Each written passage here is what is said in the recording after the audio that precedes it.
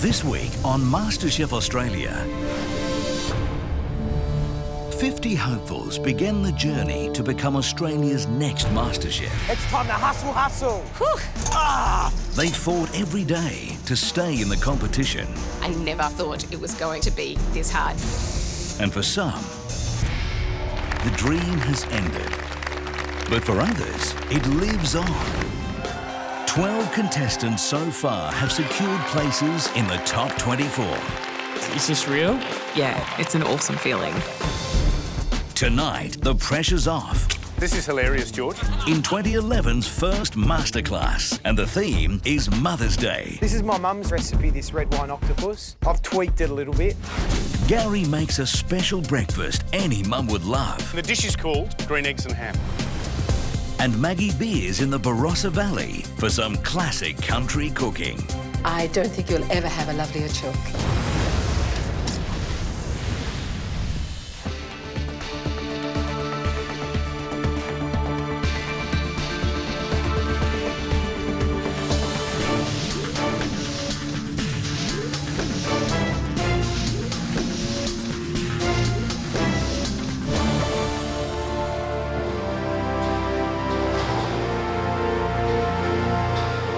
The top 50 has been a really, really hard slog. Everyone's pretty exhausted, so the fact we've got today to do a masterclass is just going to be a total relief to just sit back and soak it all up. There's absolutely no pressure today. It's just all about learning and doing what we came here to do. Learning from George and Gary is a complete once-in-a-lifetime opportunity. Masterclass. It's something we've all been waiting for the whole time in this top 50. No pressure, no elimination, no dramas. Welcome back to the Turbine Hall on Cockatoo Island. What a week it's been. 12 lucky contestants through already to the top 24. That means 12 spots left, something to fight for. And today, you might pick up a few tips and tricks to help you on your way. Masterclass is all about putting us back on the spot. Front of the classroom, it's like being back at school. Pay attention, write some notes. We'll cover the basics. We'll blow you away with a few flashy bits and pieces. But remember, this is the start of the journey. So with that in mind, welcome to this year's first Masterclass.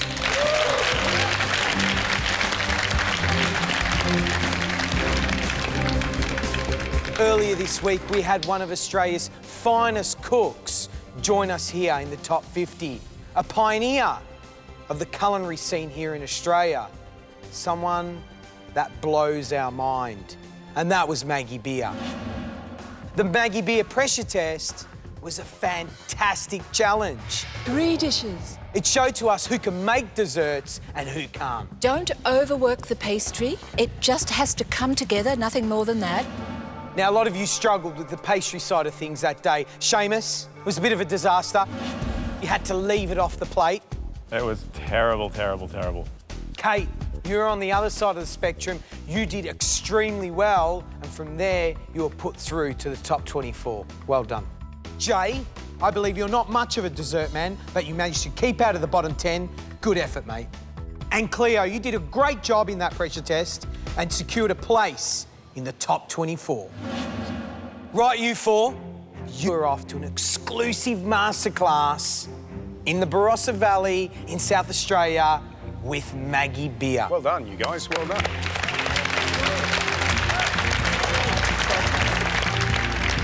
Right, off you go to your private masterclass. Learn lots. Yeah, good stuff. And we'll see you back here soon.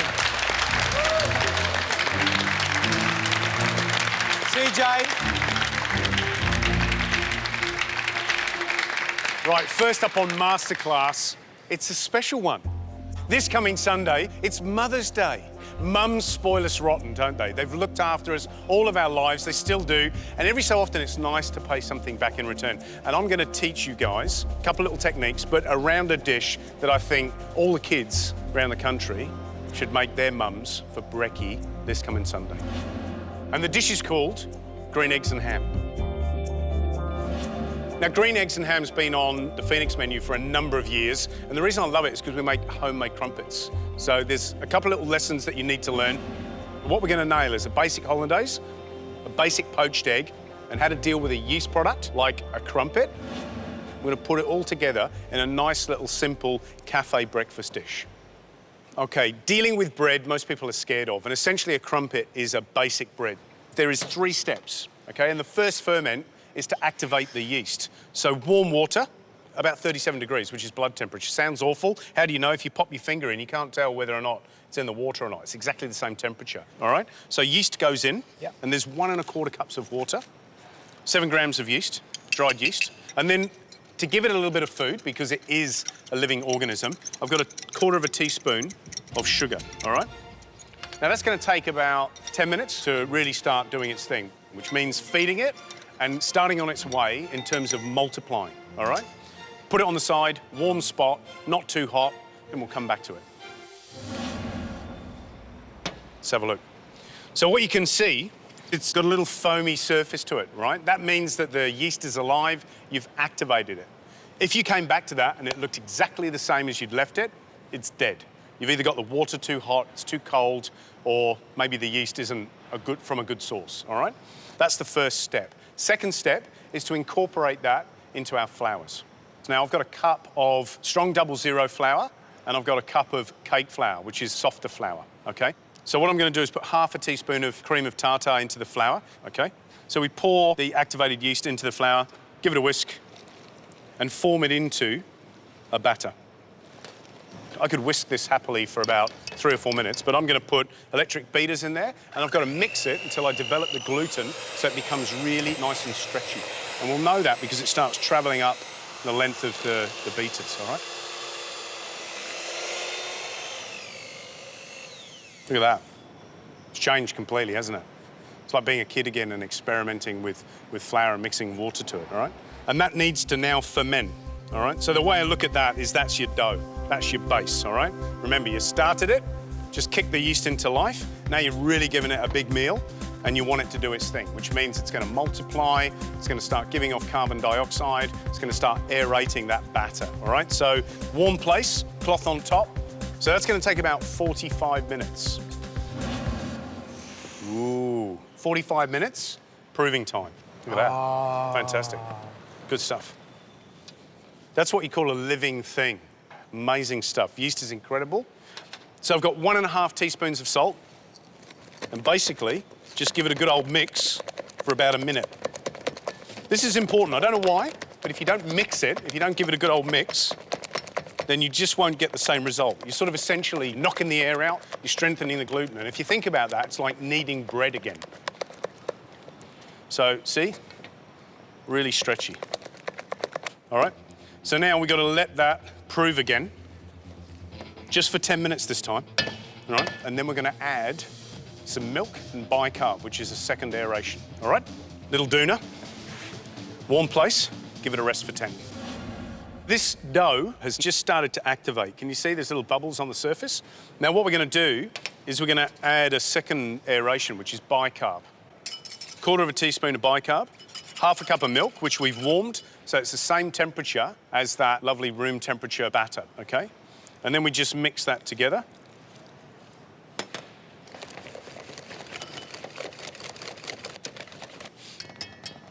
Right, should we pour this into a Yep, jug? I think that's a great idea. And then what we've got to do is just introduce these little moulds. So what we've got to do is just make sure that these are nicely oiled, okay, because the mixture will stick otherwise, all right? And you want to make sure that this pan, and it's non-stick, but it's just nicely oiled.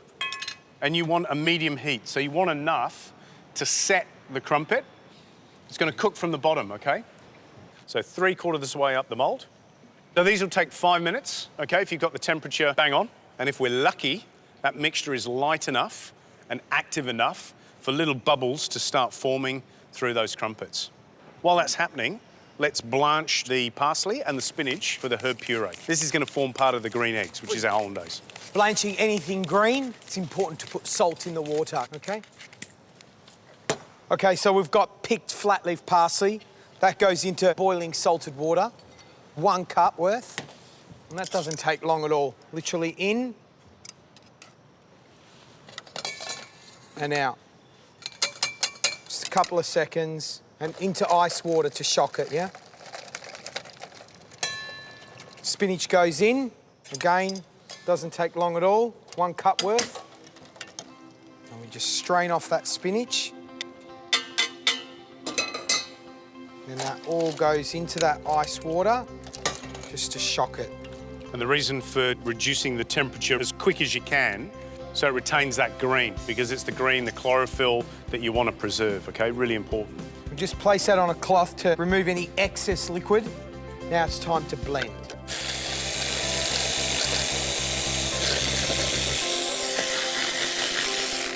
So that's ready for Gary's Hollandaise.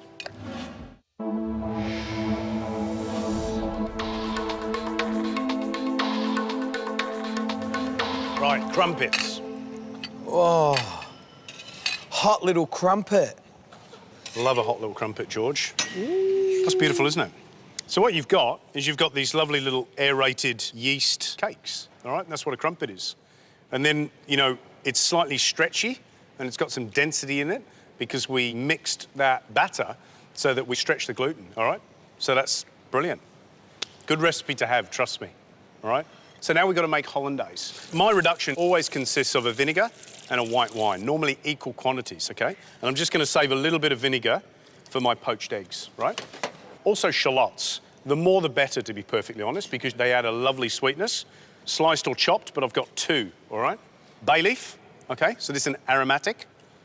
And a couple of peppercorns, okay? So what you're going to do now is you're going to reduce that until you get a lovely, syrupy, sweet and sour, very acidic reduction, okay? And that works perfectly with the fattiness of the hollandaise. So I've got another one that I've made, all right? That's the reduction, okay? That is the base of a good hollandaise, all right? Okay, so the next step is to use your reduction and your egg yolks. 3 to 4 egg yolks, all right? So we're going to put a bit of the reduction, all right? Good splash of water. There's a couple of tablespoons in there. And then what you want to do is you want to aerate this egg yolk mixture before it even goes close to the heat. Now, if you think about it, it's the bubbles, the aeration, that will allow you to cook this evenly. If it was just egg, lightly whisked, it just goes like an omelette. It's flat, and it's the aeration that allows that transfer of heat nice and evenly. So this is aerated. You've got boiling water, okay? And now that bowl of aerated egg yolk and the reduction goes onto that boiling water, all right? Now you've got to whisk continuously. The thing you've got to remember, and this is where most cooks come unstuck, is that you are in control of the heat. You are in control of how quickly this cooks, right? So the best way to understand that is that you take it on and off, feel the bottom, go, geez, that's hot, it's cooking. When it's not so hot, it's not cooking. Put it back on. And the idea is to get as much air into that egg mixture as possible until it ribbons. So it's light, it's fluffy, and it's evenly cooked. It shouldn't taste eggy. Now, can you see it's thickening up already? It's not very hard, is it? But for some reason, everybody makes it really, really hard. And it's because of that lack of understanding of how to control heat. So what you want is that nice, thick sabayon. Should ribbon, should be clean, and it should not be scrambled in the bottom of the bowl. Really, really important. You achieve that by controlling the temperature. That's it. You achieve a nice, light, fluffy sabayon by aerating it before as well as during the whisking process. George, can I get you to hold the bowl for a sec? That's it. So all we got to do now is just whisk in about a cup of clarified butter. A lot of people worry about the fact that they got to go fast. It's not about going fast, it's about understanding what's happening here. It's emulsifying, okay? So you can actually just go slow if you want, and it will still emulsify. See how easy that is? All right. Little finger. Oh, it's powerful, isn't it? Oh, yum. A little bit of lemon juice, not too much. A little bit of salt. All we've got to do now is put that puree of green herbs into that hollandaise. But we're going to do that at the last minute, otherwise it will start to lose its vibrancy, okay? So crumpets are made, hollandaise is made, green puree's made. Only one thing left to do, poach eggs. Boiling water, good dash of white wine vinegar, good pinch of salt. Back to the boil. So, fresh eggs. And you drop the egg into the rolling water, okay? A few eggs in. Turn it down to a little simmer. And they're going to take about 3 minutes to poach perfectly. So I've just taken the crumpets that Gary made and I'm just warming them back up. Eggs are ready. There she is, all right. So make sure you drain the water away onto a cloth. So a little bit of salt and pepper straight away while they're hot so it absorbs that flavour. So this is plating up time. Crumpets on the plate. Oh, they look absolutely smashing. Let's do 3. So beautiful leg ham. And look at the difference. This is carved straight off the bone. It's got some texture. Also love a little bit of fat in the ham. Yeah, because that makes it truly special. All right, pop the eggs on.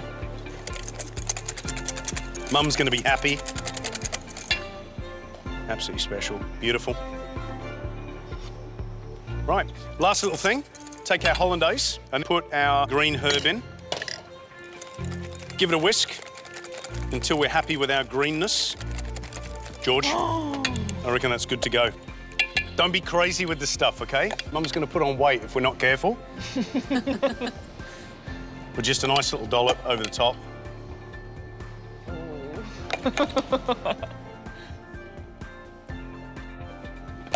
So, there you have it. Mum's special present for Mother's Day, my green eggs and ham. So, who's going to taste them? Who doesn't want to taste them? Unbelievable. Rachel, Matthew, Danielle, up you come. I want to taste them too. Tuck in, let's go. Oh, let's have a look. Oh, that is so good. Yeah, that's all right, that's good. George is in there, he's gone.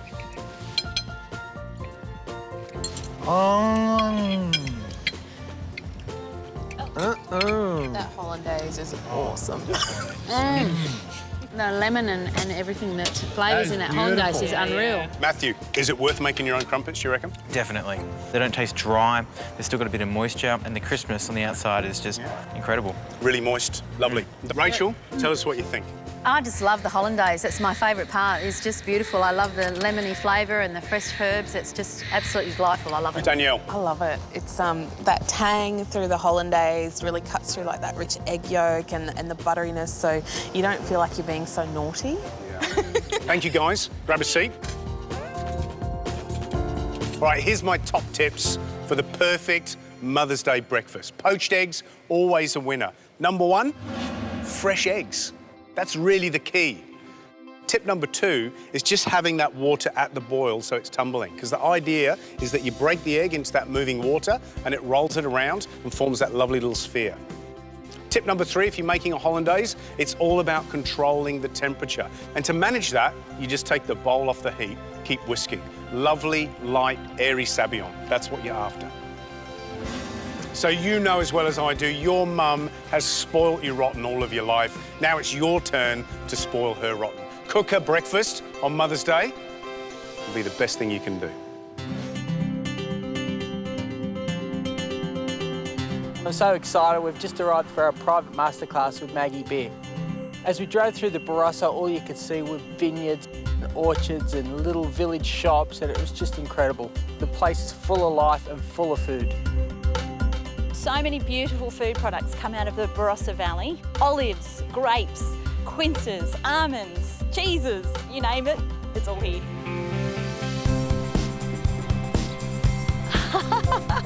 Hello. The thing I love about Maggie so much is she has so much respect for produce. And you can see the passion when she talks about it. Her whole face just smiles and lights up. How lovely is it to have you here in my beautiful Barossa. There is nowhere else in the world I want to be. I just am so lucky. I live in a community that almost everyone, in one way or another, is connected to food and wine. And, I mean, they're the things that I'm passionate about and the whole valley is passionate about. You know, the Barossa really does have a unique cultural heritage, and that gives us such a base to work from. So for me, the Barossa is just a food lover's paradise, and I want to share it with you. So we get to do a couple of dishes today. A little later, we're going to be doing some pastry. Now, that was one of the things that gave a lot of you grief when we did it earlier this week. I'm going to be showing you how to prepare a really beautiful Quince chocolate and almond tart. But first, we're going to get back to basics, and we're going to cook one of Australia's favourite dishes of all time, the roast chook, and it's what every Australian needs to know, how to cook a really well brought up chook properly. So off to the kitchen? Come on. I would never use anything but a well brought up chook. And I'm here in the Barossa, and am I going to use anything other than my daughter Sassy's Barossa chook? No. A well brought up chook means it's free range, so they've had to have a good diet, and that chook is able to gobble around, picking up things from the ground. That's what you need in a chook. The chook has to come out to room temperature before you cook. If not, what's going to happen is your cooking time is going to be very different because it's going to be chilled right to the bone. One thing that's so important, always tuck your wings behind. If you have your wing tucked here, then it never cooks here. So tuck it behind, and that's whether you're cooking a chook, a quail, or anything else. Now, I can't help but use a bit of rosemary. For me, I think rosemary is my favourite herb because I can use it in almost anything. It just has so much to add, and even just sticking it into the cavity, as simply as that, really will permeate. I always put a good squeeze of lemon in the cavity. And once again, that flavour does permeate, and I'll leave it in as well, okay? Now, a bird has got to be massaged. So we've got some extra virgin olive oil. Australian, please. I won't cook with anything else but extra virgin olive oil. Sea salt. Okay, so this is where I do the big massage thing. The sea salt helps the caramelisation, and it's really important to flavour. Now it's time to get the chook into the oven. It's really important to me to put it on a trivet. Now, a trivet is merely like a cake stand to just raise it from the bottom because you're going to put the garlic in and you're going to put some verjuice and water in later. I'm going to cook at 200 degrees, and that's a fairly high temperature. If you're going to use a fairly high temperature or a high temperature, don't put it in a deep dish. If you put it in a deep roasting dish, all your heat has to sort of bounce over the sides. Is there any particular reason why you haven't tied the legs? If the legs are a little bit splayed in the most unladylike manner, then they'll get that extra cooking time without separating the leg from the breast. And because the breast, this deep breast, needs some protection, that first 40 minutes, I'm going to just cover the breast and put it into the oven just like that. Maggie, how do you determine the cooking time of the chicken? For me, I guess it's experience. So for this 1.9 chook, I'm going to cook it for probably 60 minutes in oil. 40 minutes at the beginning, and then another 20 minutes, and then about a 40-minute resting period. Now, I'm also going to use beautiful Australian garlic. I'm not even peeling it because I want my guests to also use their hands when it comes to food. And so the idea is that they'll squeeze these out and you'll get that lovely buttery flavour. I'm going to blanch these garlic for 3 minutes, and that will just start that cooking process so when they go in at that secondary part of the roasted chook, they won't be totally raw. They've begun their cooking process. And remember, I want them to be really creamy when they're finished. Okay, we've had 3 minutes of garlic being blanched, so let's just strain it off and we'll just leave those to cool. Okay, this has had the first 40 minutes in the oven. This is where I have protected the breast. I now put in the blanched garlic in the base, water in the bottom. Now the water in the bottom, can you remember why? Stop it from burning? Stop it from burning, because I'm now going to add just a tiny little bit more extra virgin olive oil, because remember this breast that was previously massaged has been protected. Tiny bit more salt, and then the secret weapon is the verjuice that's going to go all over the bird, and that will heighten the flavour of the bird enormously. Now I'm going to protect his little legs, or her little legs, I didn't ask.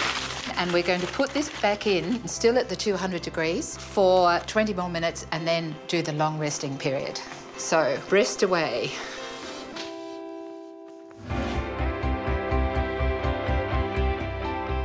So we're getting back to basics today. with our beautiful roast chook. It's in the oven. In the meantime, we're going to prepare some parsnip mash with some fresh pear. And I think, Cleo, you should come and do the work. Parsnips are... People either love or hate, and everyone should love them. And the way you're going to prepare them, first of all, we have to peel them and we have to cut them up. And you can tell they're fresh because they're quite white. If they're withered or really a deeper yellow colour, you know they've been out of the ground a long time. So, do you want to go ahead and peel them? Now, can I ask you, if we're cooking a root vegetable, do we cook it in cold or hot water? Cold. This little rule of thumb about anything from under the ground, you put cold water in. It's just that the vegetables are more dense. If it went into boiling water, the outside would cook and the inside wouldn't. So, cold water in to the boil, and I salt straight away. Right. These have been cooking for about 10 minutes, so we're going to moulie this. Do you want to prepare the pears while I moulie? It's an inexpensive gadget, but it's really fantastic. Of course, you can use a masher, but a moulie will take out any fibrous bits, and so I just use a moulie out of habit, really. Okay, thank you. There are many jobs in the kitchen that are team. Okay, push it all in. Okay, having done this preparation, now you've got your pear, but we need that cartouche on because we've got to keep all the oxygen out. Cleo, you're free. Oh. You can go and sit down. Thank you for your help, because the chook will be ready to take out of the oven.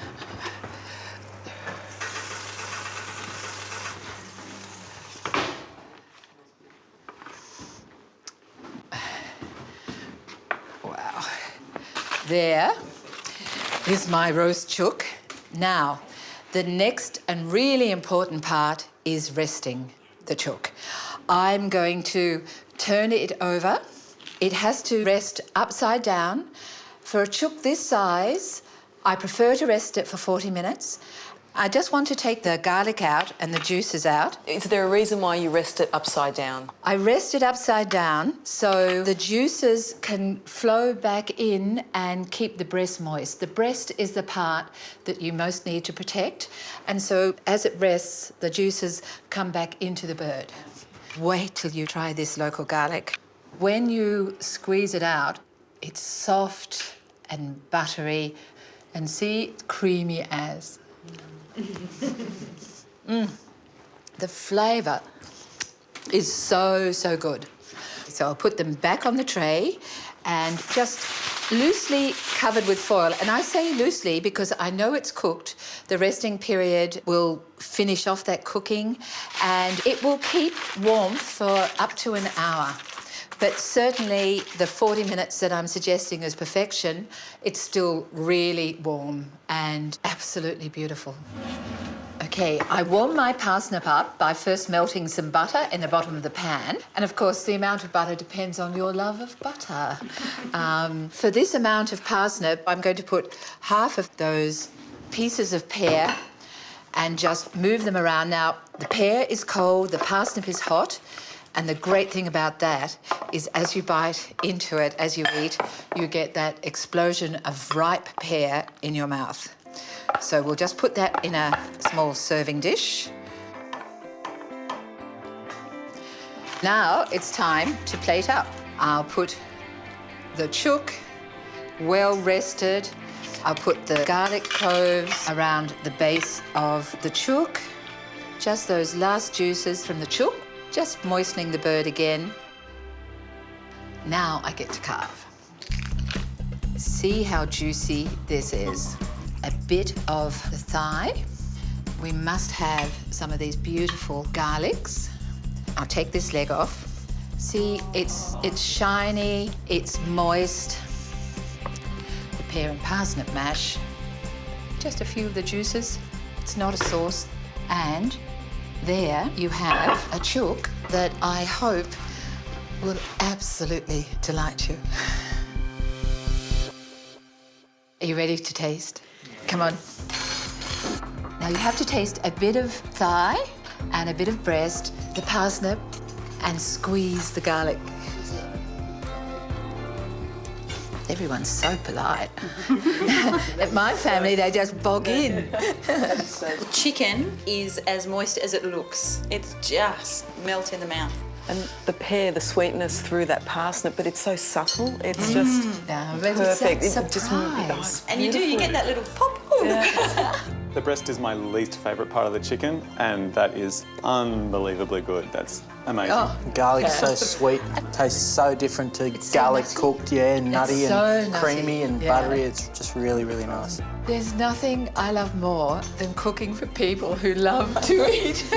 Feel free. So, my top 3 tips. First, choose a well-brought-up chook and bring it at room temperature before you cook it. Then it's a case of covering the breast for those first 40 minutes with foil so it doesn't dry out. And when you finish the cooking time, turn it upside down for a long resting period of, say, 40 minutes. So this is a very basic recipe that every Australian, I think, should have in their recipe book. Simple, beautiful, and it's all produce-driven. We're out here at the plaza, the beautiful Cockatoo Island, here on Sydney Harbour. One of the challenges we set you this week was to create your very own desert island dish. You got to pick 5 of your most favourite ingredients and create a dish that you would eat every single day if you were stuck on a desert island. And I'm about to show you my desert island dish. Red wine braised octopus with hilopites, smoked bone marrow, herbs and flowers. The first thing I'm going to show you guys is how to tenderise your own octopus, but we're going to do it the old-fashioned way.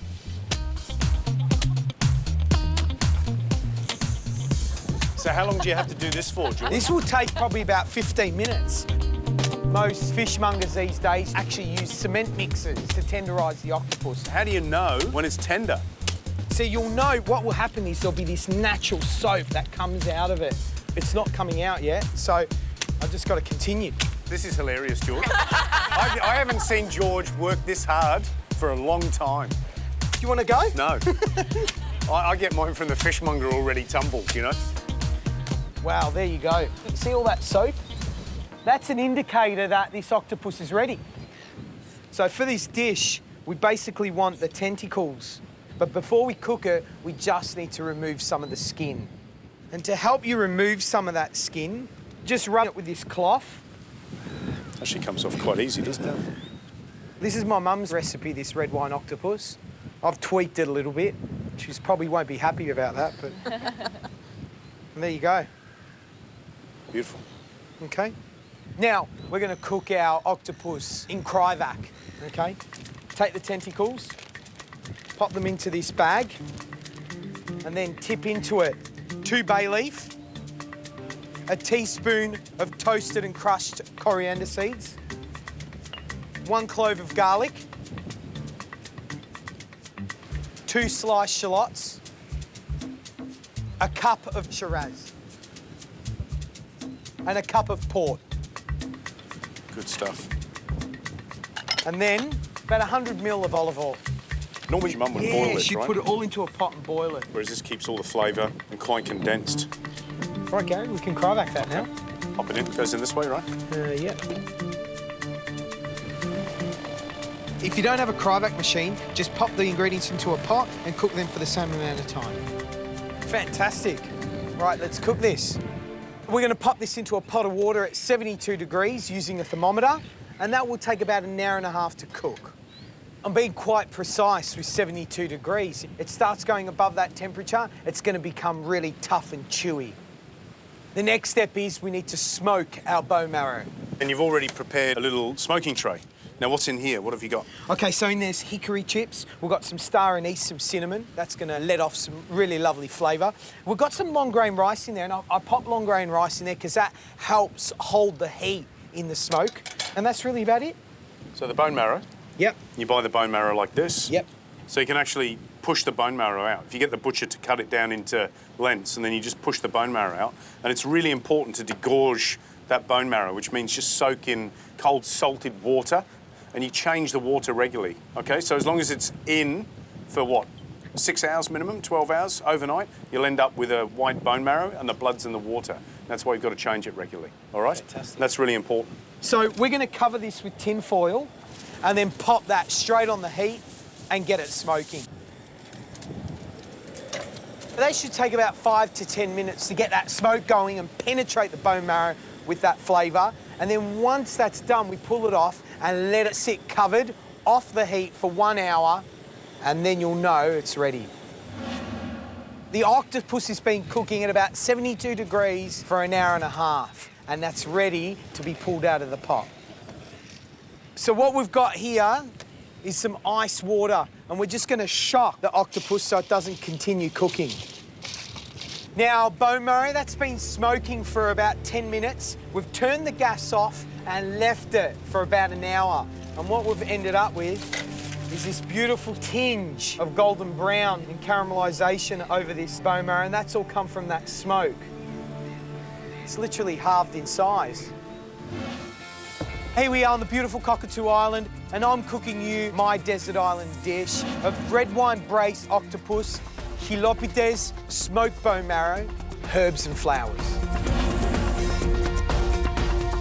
Right, now we need to make our chilopides, our Greek pasta. So about 500 grams of 00 flour. This is going to be hilarious. Yeah. The wind's blowing. Come in close.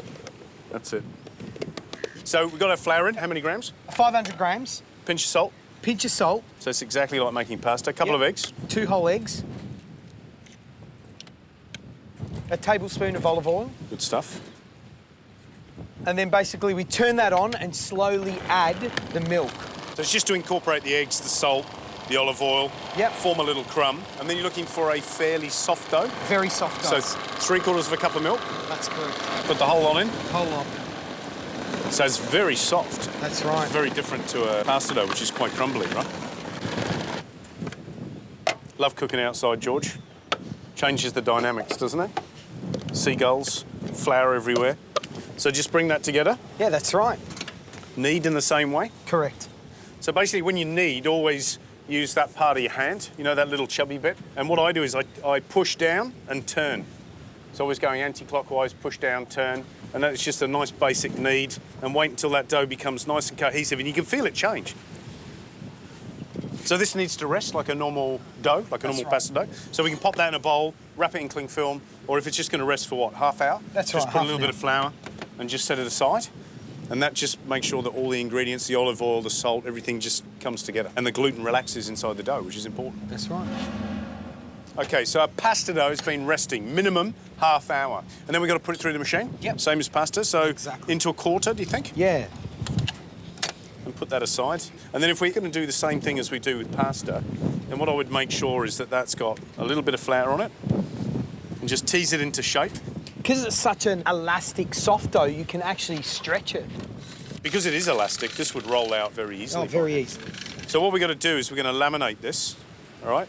Which means that we're going to fold and develop the gluten in the dough, all right? How many times would you laminate that, George? 10 times. Just so you feel it starting to feel it starting to tighten up. Gets a bit stretchy. What happens if you use normal flour as opposed to 00 flour? 00 flour just basically means it's been milled finer. You can use plain flour, there's nothing wrong with that. So this has been through a few times now. We're starting to laminate it. And so the whole idea now is just to keep it floured so it slips through the machine easily and then start reducing the calibrations on the rollers, which means that it's going to get thinner. Right, so the pasta's been laminated. It's gone through those calibrations. It's now down to one of the thinnest settings. So what we want to do is then attach this little attachment here, which has got a tagliatelle or fettuccine attachment on it. And then we're just going to pop that through, keep it nice and straight. And then you get those beautiful little pasta strips. How you going, George? Coming out all right? Yeah, beautiful. Good stuff. Yeah. Flying away in the wind. It's good to have a friend to do it, isn't it? It's nice and easy. Why do you put it over this, George? Well, you like to dry it a little bit, just take off a little bit. You've got to remember, it's a really moist dough. It's got milk in it, okay? So you just dry it a little bit and it will help it when you go to cook it. Yeah. Now it's time to cook it. It won't take long at all. Salty, boiling water for a couple of minutes. And while that's cooking, we're going to start assembling our dish of octopus. We're just going to remove that out of the bag. Now look how deep, rich and red the octopus has become.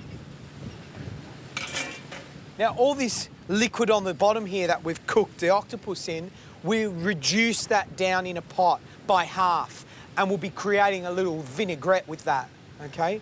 So this is some that we've already reduced down, and you can see how much more thick that's become. It's beautiful. And you know, literally to make this vinaigrette, very simple. Lots of olive oil, and we just whisk that up.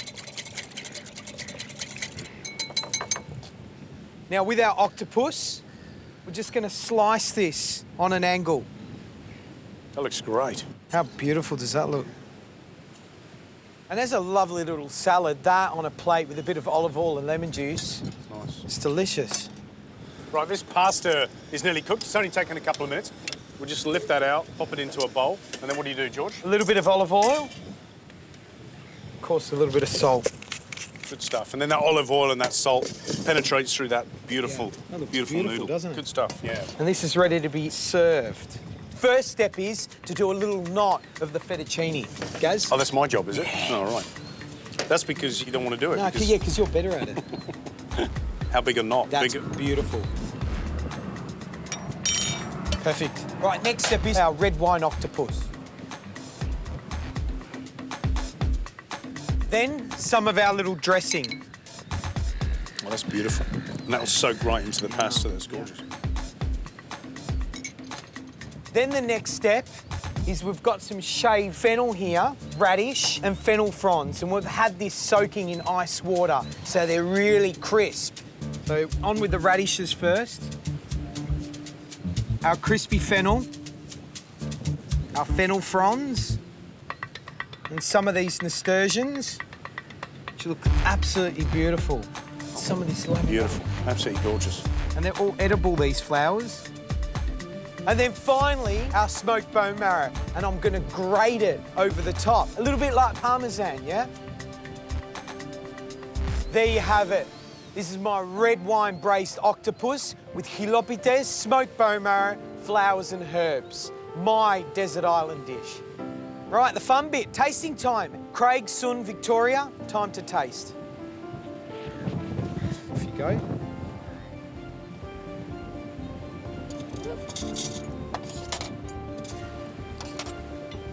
So what do you taste, son?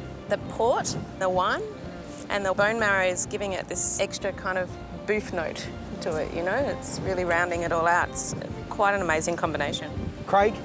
Actually amazed at how much of that octopus flavour is still in that sauce. You can really taste that sort of fishy, octopusy flavour. It's beautiful. Victoria, tell us what you tasted. Look, I just love the fusion of the sauce and the pasta and the radish. The crispness of the radish was just really beautiful. It's a delicate dish, but really intense in flavour. It's really, really lovely. Guys, thank you so much. Right, top tips for this dish. Octopus. It's very important it's been soaked for you or you soap it yourself. That will guarantee tenderness. Top tip number 2, with the pasta dough, it's very important you allow it to rest and then you laminate it. If you don't laminate it, you're not going to get that amazing texture.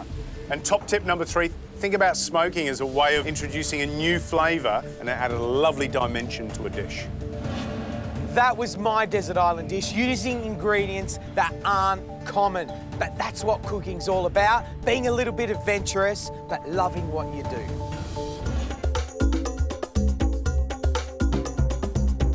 Here in the Barossa, we are surrounded by such riches. I mean, we have a beautiful landscape. We live the rhythm of the seasons. Our whole food philosophy is using whatever's in season right at that very moment, which means we have fresh, seasonal produce to cook with all the time. The quinces I love most of all.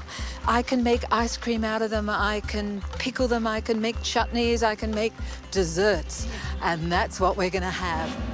We're making this beautiful quince chocolate and almond tart.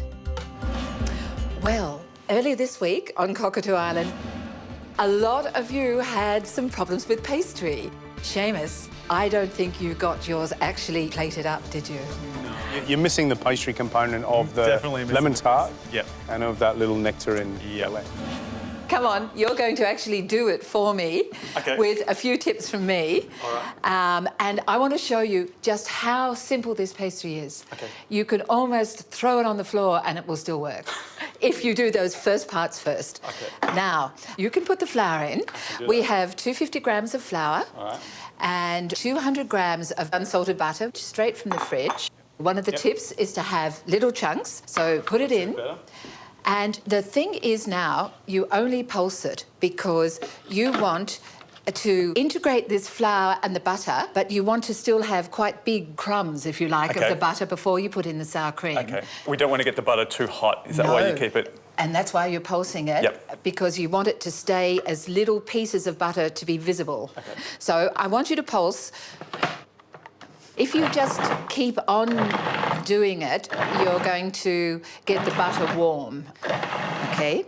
Cooking is really about detail, and so it's worth going slow, having a look in, and yes, that's good. It's rough, but the butter is really visible, but it hasn't come together. Okay. Now for the sour cream. There is about 160 grams of sour cream. So it's just a tip. You put 3/4 of it in and see if it needs the rest. Okay. And once again, you pulse. And this is the tricky one. Okay. What are we looking for here? Where it has to become homogeneous here, right? But let's see. Already I can tell we probably are going to need the rest of it because this has got to come together in a little bit of a ball in here, but not much. But it's always a great rule of thumb never to use all of any liquid in no matter what you're cooking when flour is involved. And just take your time. And just take your time and just add more. Okay. All right. Can I have a look? Do you mind? Yeah, go for it. Do you mind? Okay. Now I'm going to give it a bit more of a whiz now. Can I do this for you? You can do this bit. Okay. That's good. Now, and this is what will surprise you. We're going to put it on the bench. Do you want to do your little throw of the flour in that haphazard way? Yeah, of course. Come on. Enough? More? It's probably enough. Okay, now, when you put it out, I want you to have a fairly controlled throw. All right. That's pretty good. Can you take that away for me? Okay, now this is the trick. I want you to do it yourself, but I'll just show you. You want to press it all together. You're not kneading it at all, but you want all the crumbs to come in. Okay. And you can pat it down, and you want to keep a really regular shape. Whether you're making this pastry or rough puff pastry, I always use a rectangle. Okay. And you can feel that it's come together? Yeah, it's definitely sticking together. It's sticking together, and by having the idea of the rectangle, it's got to be the same height all the way around. Okay. Because then when it comes to rolling it out, you won't have that problem of one end higher than the other, okay? So that means you're not actually working the dough at all? You don't work it at all. You're just pulling it together with only enough moisture that it just sticks holds. together. Yep. And then we're going to wrap it in some paper and put it in the fridge for 20 minutes, no longer. Now, why do you cover it? Doesn't lose moisture? Yes, and why else? And doesn't form a crust? Yes. Well done. But fridge smells. I can't bear fridge smells, and even 20 minutes in the fridge, you'll have all sorts of smells come into your pastry. Butter particularly just vacuums it up like you wouldn't believe, okay? Into the fridge? Into the fridge for how many minutes? For 10 minutes, maximum 20. You pass. Lucky. Now, I want you to feel it to know that it is malleable. Yep. It's not as hard as a brick. Can we just do a quick feel? Okay, so we know that's going to work. So, do you want to do the throwing of the flour? Have you ever used a rolling pin just like this? I've tried once and it didn't really work so well. I like the ones without the little rolly handles. Well, let me tell you, I can't use the ones without the ball bearings that are inside this to allow that freewheeling. And the width of the rolling pin allows you not to have to go there and then there. Yep. In a smaller rolling pin, you have to do it in pieces. not this. Okay, I'll just do that first roll just to make sure it's feeling right. The big thing is trying to keep it as even as you can over the whole lot. Yep. And we should be able to get it out to something about there. Yep. Go Right. for it. Give it a go. Ball bearings and all. And actually, it's pretty good. Yes, it travels with me everywhere because you can get a smoothness about it. Yep. But yes, move it around, whatever feels natural. See it sticking? Yep. So I'd flip it now. Yep. A little bit of flour. Is this the same pastry you'd use for sweet or savoury? I use it for almost everything, but that's because I'm lazy, but don't tell everyone. And because it's so buttery, the flavour and the crispness and its ability to puff a little. Okay, now what we're doing here is you've got a bit of a ledge, Yep. so Clean that up. try and, yeah. Maggie, would you add salt to that if it was a savoury pastry? Not for me. I use exactly the same for sweet and savoury. That's good. Yeah, Nice and and now, so if you'd like to cut it, now you don't have to have a template, but anything that's going to make it easy for you Is a good idea. is a good idea. Okay. Now, this pastry does shrink. Just accept it. Don't sweat about it. Allow for it. Okay, first of all, because we have to move quickly with this pastry, either roll it up on your rolling pin, but it will depend entirely on how far you have to take it. See, that has cracked, but there is enough butter in this to fix it up. Okay? Would you like to put it in? Yep, sure. Now, what you have to remember is because we know it's going to shrink, it's going to be a little bit of overlap, but do it gently because remember, we don't want to work this much. Little heat as possible, yeah? Little heat as possible. Once again, we want to put it in the fridge for 10 to 15 minutes. That's kind of minimum, where it is covered away from... The smells. The smells. Maggie, would you always use baking paper to cover it rather than cling film? No, it's just my cling film's not working. Normally I'd use cling film. Is that the same to rest the pastry in that first? You can use either or in the first. Normally it would make more sense to use cling film, but it was all going skew-whiff and I couldn't get it out. But thank you for asking the question. So it's been in the fridge 10 to 15 minutes, but once it comes out, it's for blind baking. Now, I'm going to prick the base to stop it rising too much because there's a lot of activity in this and really important to only prick it just before it goes in the oven because if you prick it earlier, it all closes up. Now, the thing is, with any sort of tart or pie, is the bottom of the pastry has to be cooked, otherwise you've ruined it. We have our cut-out size here, and that's going to be the receptacle for our beans. Now, I happen to have beans. You could use rice, you could use any type of bean. You have to work quickly because we don't want this to get warm. So 15 minutes for the first look at a 200-degree oven. And here we go. Okay, this has been 15 minutes. Once again, you're moving quickly and try not to get any beans in it. Back into the oven for 5 more minutes. Now, I say 5 minutes, but every oven is different. And if you look in after 5 minutes and it's not got this pale golden colour, you just need a few more minutes in your oven. So that now can sit and we're going to make the filling. Now, you should have got a clue this morning in the quince orchard. I have to cook quinces for you. We're going to make a syrup first. I've got 450 mils of water here. I have 300 of verjuice and 250 grams of sugar, all in at once. Verjuice is really just the juice of unripe grapes. And what it does is lift the flavour of what you're cooking and gives that sweet sour thing, which is what I love. So these quinces have been peeled and I'm just going to slip them into the syrup and I want to make sure they're fairly even because this is going to go into the oven now. The one chefy word I know, cartouche. Now the reason I have this is I want to have the quinces submerged but covered to allow the syrup to reduce as it cooks, whereas a lid wouldn't do that. 170-degree oven for at least 2 hours because it has to have that juice evaporate. We're making this beautiful quince chocolate and almond tart. Look at these quinces. To me, they look like jewels, really. They cook between 2 and 3 hours, depending on your oven. These, perhaps 2.5 hours. But this is what you're after. You want them to still be complete and not mashed. And that beautiful, beautiful colour that's come through an effluxion of time. So now we've got to make the almond cream. 150 sugar, 120 butter, and the most important thing is that it becomes white and fluffy and you don't move on until it does. Okay, let's see. You can tell straight away it's white, it's fluffy,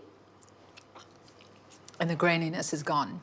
Okay, so now we just put all the other ingredients in and put it on a lower speed now. For this recipe, we have 2.5 eggs.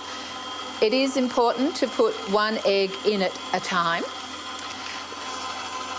2.5 eggs means 2 eggs and 1 yolk. After that comes the cocoa. Now, there are 50 grams of cocoa. The next ingredient is 80 mils of vino cotto. Now, vino cotto is cooked grape must, which means it's not just the juice, but the pulp as well, and it's cooked down, and then I finish it with red wine vinegar. But if you have balsamic at home, it'll do the same thing. Now, every ingredient is there except for 200 grams of the almond meal. Just put them in, not all at once. I just want to make sure they're being incorporated there. That's it. We're ready to put it all together. Okay, first of all, about 1/3 of this mix is going to go on the base. And then we are going to put the quinces on top of that. All of the base needs to be covered, because when we get to eat it, I always think it's disappointing when the mixture doesn't go right to the sides. Maggie, would this work as smaller individual tarts as well? It'd be beautiful as smaller individual tarts, Jay.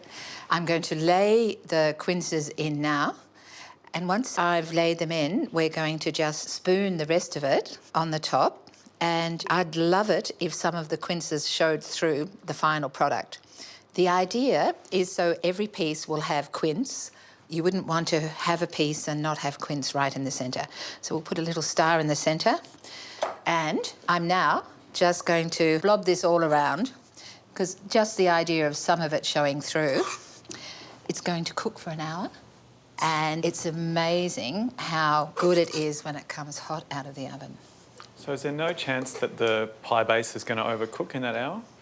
No, the only possible thing that could happen is the top of the rim. But, you know, it depends whether you like your pastry really cooked or pale and insipid. Guess what I like? Do you have any doubt? Okay. At this stage, it's all finished, ready to go in the oven, 175 degrees for approximately 1 hour. I can take it out of its case straight away, being careful not to burn myself. It worked. It worked. Okay, now this is a tart that is beautiful hot. And I'm going to serve it with ice cream. So I love that juxtaposition of the hot and cold. First cut in. That's it. Because I want the pastry to be lovely. Oh, it's beautiful. See how the quince is in the centre and the chocolate and almonds either side. I know it looks a piddly piece, but I'm thinking of you. And ice cream. This is a bitter almond and quince ice cream, but I think it'll all go together beautifully. And that is all that it needs and nothing else. So there's my tart. Quince first, chocolate, almond, and a beautifully sloppy, almost, almond ice cream. Come and taste. Before the ice cream melts totally. Try it without the ice cream and then with the ice cream as well, just to get that hot and cold in the mouth. You could do it without the ice cream, but it wouldn't be as good. The quinces are quite caramelised and beautifully soft and smooth and silky. And not too sweet. Not too sweet. Jay, what do you think? The quince is quite held its shape, which is good. There's Yes. still a really nice texture there. It's not just mushy, which most fruits, if you cooked for that amount of time, would probably go a little bit softer than that. Yes. The hot and cold's good too. And the hot and cold. It would be lovely with vanilla as well. It's just that didn't have any in the freezer. So, what are my top tips you want to know? Firstly, your pastry. You must have your temperature right. Make sure your butter is really, really chilled and don't overwork it. And for me, seasons dictate almost everything I do. So every ingredient must be fantastic. It's been so lovely to have you here, so thank you for coming to my beautiful Barossa. Thank you so much for having us. It's been an absolute privilege and a pleasure to hear all these tips and tricks, and yeah, really, really thank you from the bottom of our heart. Thank you, Kate. Thank you so much, Oh, Maggie. Cleo, it's been lovely to have you here. Maggie. Thanks Jay, so Seamus. Thank you, it's been amazing. And good luck with the rest of the competition, and boy, will I be watching. Thank you. Who wants a drink? Kumar, pour some champagne. Eat, come on.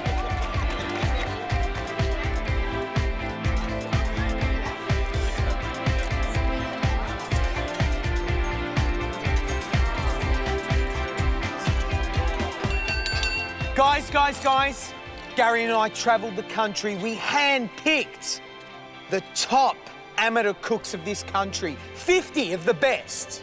And here we are now, we're in Sydney. Wow, this is the biggest masterclass we've ever had. And this is what this competition's about. It's about food, it's about friendships, but don't forget, it's also the competition. It's the battle. There are 12 people already through to the MasterChef kitchen. Their ticket, their key is that apron that they're wearing. You should be envious. This is what you were chasing. You were chasing the dream. If you want to make that dream come true, you've got to fight for the right. You've got to earn the right to get one of those aprons. Guys, to you.